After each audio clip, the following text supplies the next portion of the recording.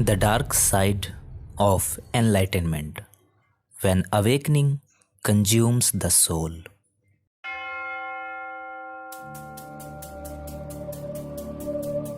कई लोगों को लगता है कि एनलाइटनमेंट जीवन का अल्टीमेट गोल है, एक आनंदमय स्थिति, फ्रीडम और एक दिव्य समझ।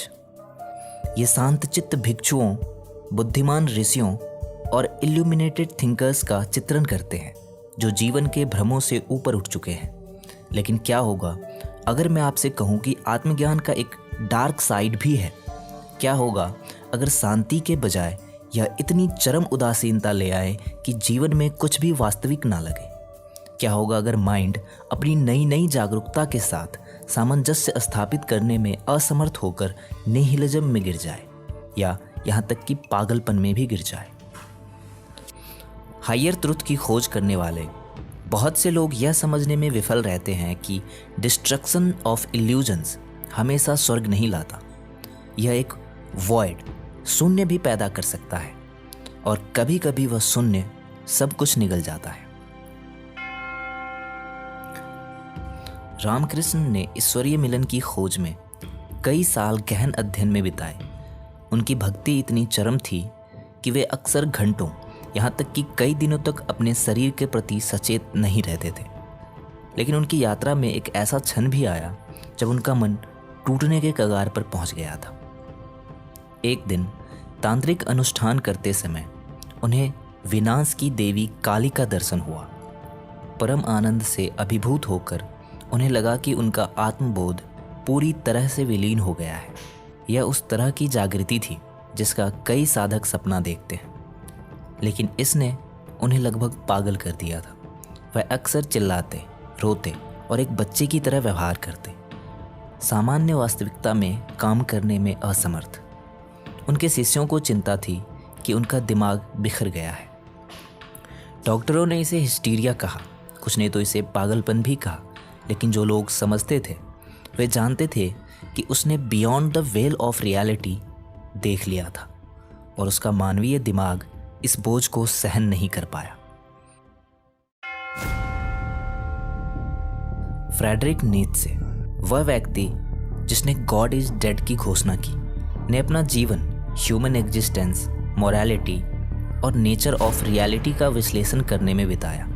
उनकी फिलॉसफी ने पारंपरिक मान्यताओं को चुनौती देते हुए मानवीय विचारों की सीमाओं को आगे बढ़ाया, लेकिन उन्हें पूर्ण सत्य की खोज की एक कीमत चुकानी पड़ी। अपने जीवन के अंतिम समय में नीत्शे को एक कंप्लीट मेंटल ब्रेकडाउन से सफ़र करना पड़ा। 1889 में उन्हें इटली के ट्यूरिन की सड़कों पर पाया गया।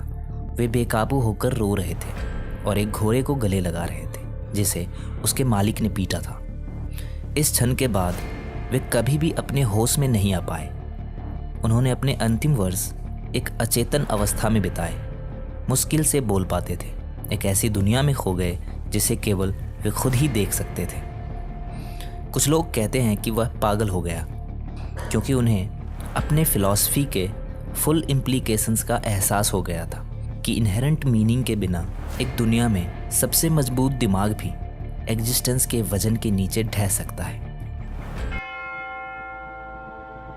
जैन बुद्धिज्म में सतोरी की बात की जाती है, एक सडन एनलाइटनमेंट, लेकिन बहुत कम लोग इसके बाद क्या होता है के बारे में बात करते हैं। जैन में एक कहावत है, before enlightenment chop wood carry water, after enlightenment chop wood carry water.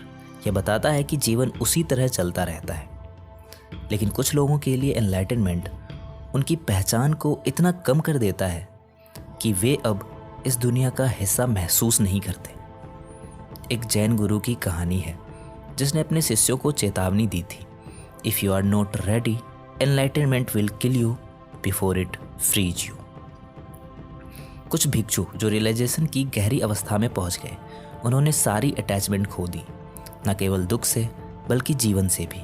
कुछ ने अपने समुदायों को छोड़ दिया, सामान्य मानवीय भावनाओं से जुड़ने में असमर्थ। अन्य लोग पूरी तरह से इंडिफरेंट हो गए, जीवन को ऐसे देखते रहे जैसे वे पहले से ही मर चुके हो। कुछ ने तो अपना जीवन भी समाप्त कर लिया, यह मानते हुए कि एग्जिस्टेंस ही एक भ्रम है। The trap of nihilism, when nothing matters anymore. True enlightenment ego को नष्ट कर देता है, लेकिन कई लोगों के लिए यह मीनिंग को भी नष्ट कर देता है। अगर सब कुछ एक भ्रम है तो चिंता क्यों करें? अगर स्वयं एक भ्रम है तो आगे क्यों बढ़े? यह एक पैराडॉक्स है जिसे कई साधक देख नहीं पाते। आत्मज्ञान केवल आनंद का मार्ग नहीं है, यह नथिंगनेस का मार्ग भी है। और जो लोग इस शून्यता को अपनाने के लिए तैयार नहीं हैं, वे अक्सर निहिलिज्म में पड़ जाते हैं, यह मानते हुए कि कुछ भी मायने नहीं रखता, कोई भी कार्य महत्वपूर्ण नहीं है और जीवन ही पॉइंटलेस है।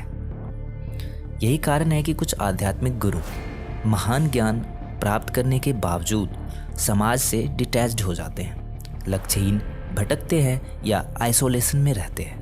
ऐसा नहीं है कि वे जीवन से घृणा करते हैं, बल्कि ऐसा है कि वे अब इससे बंधे हुए महसूस नहीं करते। अगर एनलाइटनमेंट का कोई डार्क साइड है तो क्या इसका मतलब यह है कि हमें इससे बचना चाहिए? नॉट नेसेसरली, लेकिन इसे हमें जागरूकता के साथ अपनाना चाहिए। The key is balance. जागना है, लेकिन इतना डिटैच नहीं होना है कि हम जीना भूल जाएं। दलाई लामा जैसे कुछ संत इसे समझते हैं। जीवन को अस्वीकार करने के बजाय वे इसके साथ पूरी तरह जुड़ जाते हैं। दूसरों की मदद के लिए अपनी बुद्धि का उपयोग करते हैं। वे समझते हैं कि मीनिंग कोई ऐसी चीज़ नहीं है जिसे पाया जा सके, यह कुछ ऐसा है जिसे बनाया जा सकता है। एनलाइटनमेंट की सच्ची परीक्षा संसार से भागने में नहीं, बल्कि संसार में वापस लौटने में है, पूर्ण, स्वस्थ और जीने के लिए तैयार होकर।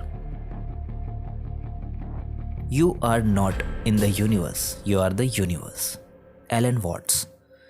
इसलिए अगर आप सत्य की तलाश में हैं तो तैयार रहें। रियलाइजेशन की रोशनी चकाचौंध कर देने वाली होती है और हर कोई इस यात्रा पर सरवाइव नहीं कर पाता। लेकिन अगर आप रसातल में गिरे बिना मार्ग पर चल सकते हैं तो आप न केवल जागेंगे बल्कि आप वास्तव में जिएंगे। आप क्या सोचते हैं? एनलाइटनमेंट एक वरदान है या अभिशाप? मुझे कमेंट में बताइए।